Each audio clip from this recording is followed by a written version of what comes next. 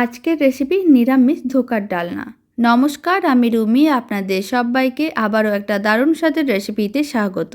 প্রথমে আমি দোকান থেকে কেনা ধোকার ডালনার পাউডার নিলাম। তার মধ্যে বেশ কিছুটা পরিমাণ জল আর দিয়ে দিলাম লবণ ও চিনি। খুব ভালো করে মিশিয়ে নিতে হবে। কড়াইতে অল্প একটু তেল দিয়ে দিতে হবে। তারপর পুরো মিশ্রণটা দিয়ে এইভাবে নাড়াচাড়া করে ঘন করে নিতে হবে। আর ডোটা রেডি হয়ে যাওয়ার পরে প্লেটে করে নামিয়ে নিতে হবে। তারপর এইভাবে ভালো করে ছড়িয়ে ঠান্ডা করে নিতে হবে। আর ধোকার আকারে কেটে নিলাম। তারপরে গরম তেলের মধ্যে দিয়ে ধোকাগুলোকে লাল লাল করে ভেজে নিতে হবে। ওই তেলের মধ্যে অল্প একটু দিয়ে দিলাম গোটা জিরে, তেজপাতা। আর দিয়ে দিলাম হলুদ গুঁড়ো, লঙ্কার গুঁড়ো, জিরে গুঁড়ো, ধনে গুঁড়ো আর আদা বাটা। সমস্ত কিছু খুব ভালো করে একটু মশলাটাকে কষিয়ে নিতে হবে। আর দিয়ে দিচ্ছি কেটে রাখা টমেটো, অল্প একটু লবণ। এতে টমেটোটা অনেক তাড়াতাড়ি নরম হয়ে যাবে। তারপর অল্প একটু জল দিয়ে মশলাটাকে ভালো করে কষিয়ে নিয়েছিলাম। আর দিয়ে দিলাম বেশ কিছুটা পরিমাণ জল। ৩টে কাঁচা লঙ্কা দিয়ে দিলাম আর দিয়ে দিলাম গরম মশলার গুঁড়ো। এবার আমি দিয়ে দিলাম ভেজে রাখা কাজু, কিশমিশ আর দিয়ে দিলাম ভেজে রাখা ধোকার ডালনা। শেষে অল্প একটু ঘি দিয়ে দিতে হবে।